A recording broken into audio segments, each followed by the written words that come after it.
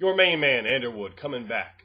This is going to be a video requested by Heathbrook Badwar, and I'm sure I didn't get that right. But moving on to what I will get right is this video, and that's what we're going to be talking about, is how to be a keeper, how to run Call of Cthulhu. Now, I've done a few videos on Cthulhu in the past. Go check them out, watch them. They're there, and you should absorb that content into your mind.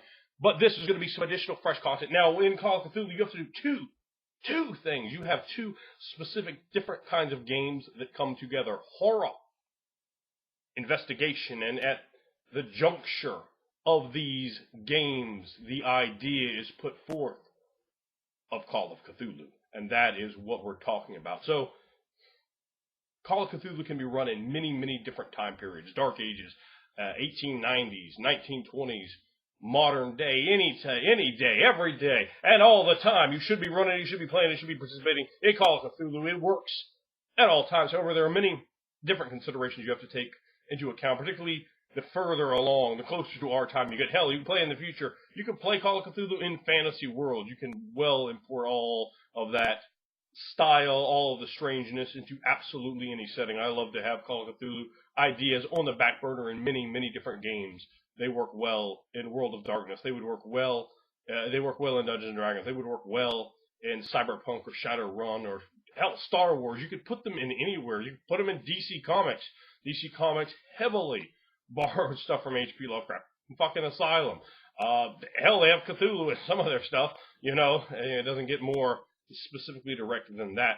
So, in Call of Cthulhu, let's put aside the different time periods that become in themselves genres of the game and focus specifically on those two tasks at hand: to be a keeper, to master investigation. Well, what do we do? How do you run an investigation, you say? Well, your main man's going to get straight with your nugget on that and provide a bounty of information to your piece. So, saying that, here you go.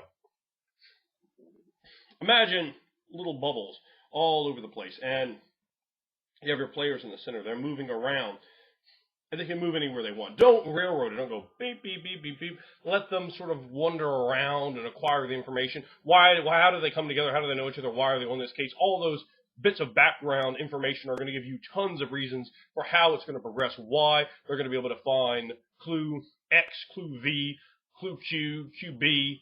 That's right, because all of these clues are in various different positions depending on how they interact with the scenery, with the setting, with the information. Give them the information and let them sink or swim on their own. Do not push them around. That is Call of Cthulhu done very poorly. And Call of Cthulhu is a game that you can fuck up very easily as a keeper. I will guarantee that. I have seen some booty-ass Call of Cthulhu run. I have seen some splendid Call of Cthulhu run. It really comes down to, if it appears, you know, you're pushing them around as a keeper like chess pieces, and their decisions really don't matter. Hell, they're going to find and finish the investigation anyway. Why even bother? And the second thing is that horror. If your monsters aren't scary, if it's not creepy, if it's not strange, if it's not weird, if it's not, what the hell is this? We have a problem. And I'm going to get to how to do creepy. Creepy, I know. Investigations, we're going to talk about right now, though. So, we have all these different bubbles. We have all the different pieces put all over the place. And remember, they don't need to find all of them. Hell, in the real world, a criminal investigator is not going to find all of the pieces that could be available and still be able to move on, still be able to prosecute, still be able to make an arrest on an individual. Think about it from that standpoint. Now, when I talk about investigations, I am not talking about running an episode of The Wire. However you could. The great thing about Cthulhu is you can run any sort of ideas. You could have the characters being cops, or you could have them being those standard sort of H.P. Lovecraft enjoyed academics. Just because your characters don't appear exactly like characters in an H.P. Lovecraft book, that's not a problem. You don't need to have those sort of characters. It's the core theme of investigation in pushing into the unknown, to the mysterious, to the bizarre. And coupling that with you know, that strange membrane of eldritch horror that the game is. It is an absolute necessity to read H.P. Lovecraft's writing. Not necessarily others in the genre. There are good writers in H.P. Lovecraft's genre. There are good stories that in the Cthulhu mythos that were not written by H.P. Lovecraft. There are. There are just a lot of bad ones. A lot of bad ones. Do not read August Arrow. Do not read, some of this is terrible stuff. They'll start writing about H.P. Lovecraft in the book. You're like, just stop reading there. I guarantee you, every single one of those is trash. That's to the ground with that trash. It's not. Then you don't want to get involved with that sort of antics and ideas. So, pushing all that aside, in the investigation, you allow them to organically acquire their clues. Do not force them. Do not hide them. Do not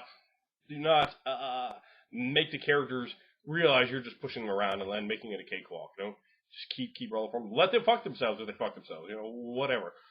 But there should be, right off the bat, some things put in. A kickstart, a jump off point to get them involved, to get them hot and heavy, to get them interested. Why are they involved in the story? There's got to be a reason for that. Did they find an old abandoned book in a vacant lot?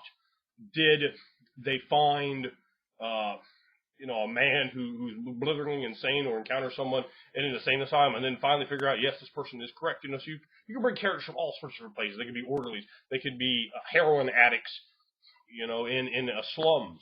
There's a lot of good ideas you can have from there, because remember, there are a lot of H.P. Lovecraft stories, particularly in the dream lands, that have to do with heroin addicts and becoming king of worlds. And that's another aspect you can run, are the Dreamlands sort of games for Call of Cthulhu. And those go a little bit differently. I'll see where my time looks at the end. Maybe I'll do a different video on that, actually. I don't want to give you guys a 40-minute video here. But I'm sure you guys will watch that from start to finish. Yeah, right. Now, you have all the pieces, right? You have the characters going and figuring out completely of their own. You give them an A to Z. A to the fucking Z. And this motherfuckers will go through and find everything. They say what them say. It's good medicine. And they go through and they pick up at their own pace, at their own leisure, which ideas, they follow, what they enjoy. And make sure you put those red herrings in there. That's important. Everything they find can't be correct. Everything they think, can't be right on. It just kind of comes across like a softball. Cthulhu should not be softball. It should be a 95-mile-an-hour fastball across the letters, right up the nug piece, sneaking in on the chin. That is very, very important, when you're running Cthulhu, that it doesn't seem, railroad. It doesn't work well like that. And it's so easy to not do a railroad, because, just like the alphabet, it all starts coming together. If you do it numerically, even if you don't have, 10 and 11, if you have 11 and 4, there starts to be a numerical connection. Once you start picking up things, you can pick up other things, and once you start building, even wrong ideas, you have ideas to begin with, to proceed on with. So, with the investigation, you have all that, and then with the horror, you add in these strange details, the cults. Don't make your cult members look like goofs, and you can pull it off looking like a goof. I mean, look at some of these, videos on YouTube. This is goofy looking shit. Your cult members shouldn't look like that, man. These should be creepy ass motherfuckers. They should be very touched. What these people want to do is bring about entropy, annihilation, desecration, decimation of the human race, or at best subjugation. But subjugation with confusion, with a false sort of mind.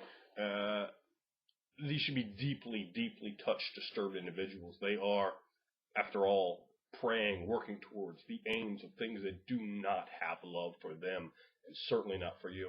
Things that will wake up and erupt into orgies of blood and violence and destruction, rolling over the earth and ending humanity, including those who worship them. And some of those who worship them even know that, making them all the more touched, all the more strange. You're dealing with people vastly beyond sociopathic sort of minds. So what will these people do when the players start to push up against their ideas, up against their paradigms, trying to dictate reality to these sort of individuals? Well, they'll do anything. Kidnapping, murder, maiming, tremendous amounts of torture if they get a hold of the characters. So you should have these cultists not as, knockdown bowling pin type of characters, but as a true cankerous sickness.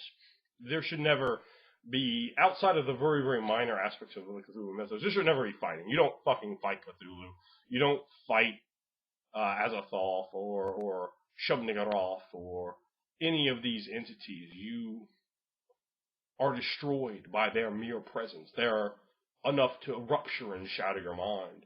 They will consume you at their leisure, but it is irrelevant, for you will, just ultimately be destroyed. Of course, you could battle something like a Mingo or a Deep One, but even these should be tremendous challenges, should be tremendously damaging, should be incredible experiences. You have to put over the horror.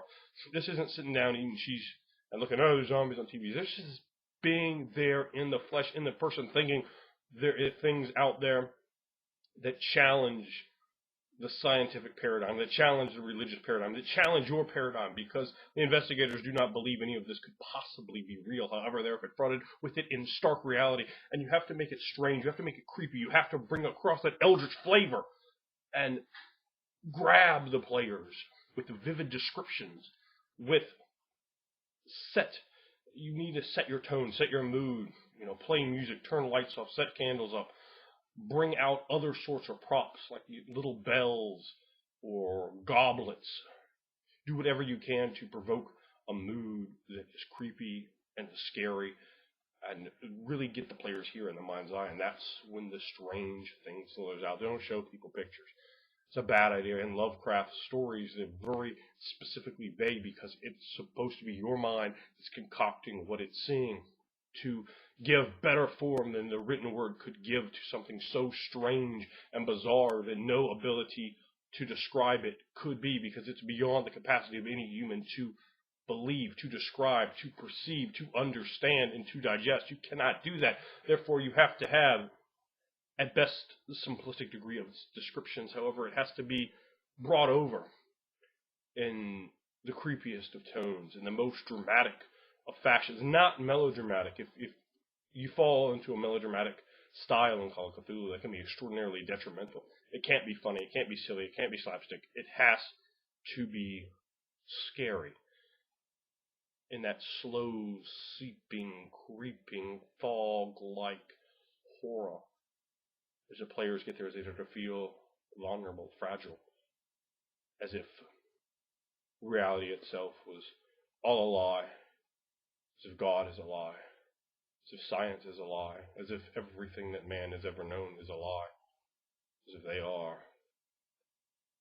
but the dust on the cosmic chessboard, and there is a towel coming to clean them all off.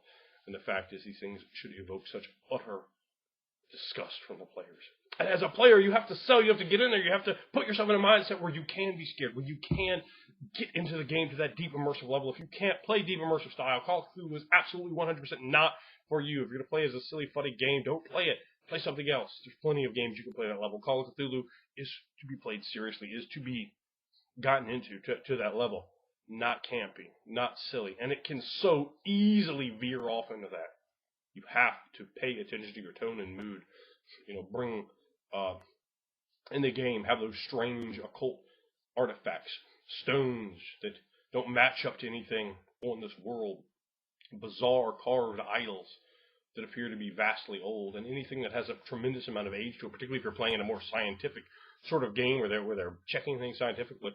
And you go, okay, well, you date this carved statue, and it's 150,000 years old, or 150 million years old, perhaps even billions of years old. You bring something from a tremendous distance. You can make an item that's older than the planet itself, perhaps, than the universe.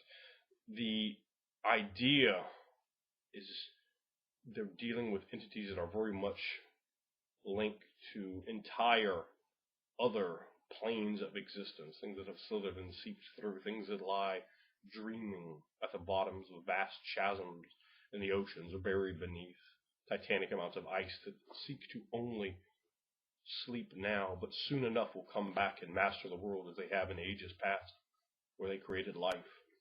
And soon enough, they will be the reapers come back to end that life. Bring across the eldritch horror. Bring across the surreal fantasy.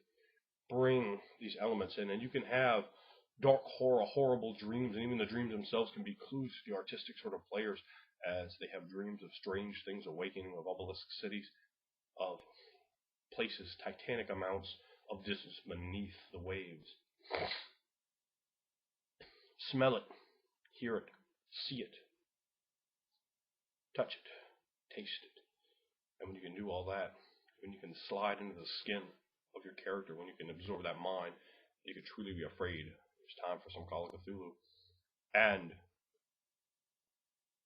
the key point is to make that investigation slowly lead and unravel into more and more and more and more terrible things. And that certain terrible things may be even presented in broad daylight to them. Like I said, let them find the clues when they want, but they might not have these initial pieces. Clue W might not be important until you have clue A, B, C, and F. And then all of a sudden, that clue you got in the first 25 minutes of the game makes you stand there and have a nervous breakdown because you've just lost 18 points of sanity because you've put things together, you've understood occult ideas that were not meant for your mind, and so your mind is no longer your own, as it's just slid right out of your ear because you've been exposed to these titanic secrets. And if you can understand that, if you can understand the fact that knowledge of such tremendous accuracy could be so completely against all the lies that we tell ourselves, and the fact that the unveiling of that information can drive the fantasy of life from the human mind, the pride and the arrogance pushed away, then in the Call of Cthulhu game you can bring across that as a keeper and slowly erode the character, slowly build up to dread, this tremendous fear that the players can get involved with as they investigate, as they think, do I dare open that door? Not because it's trapped or anything like that, because what's behind that door is truth. And truth in Call of Cthulhu is the scariest thing there is.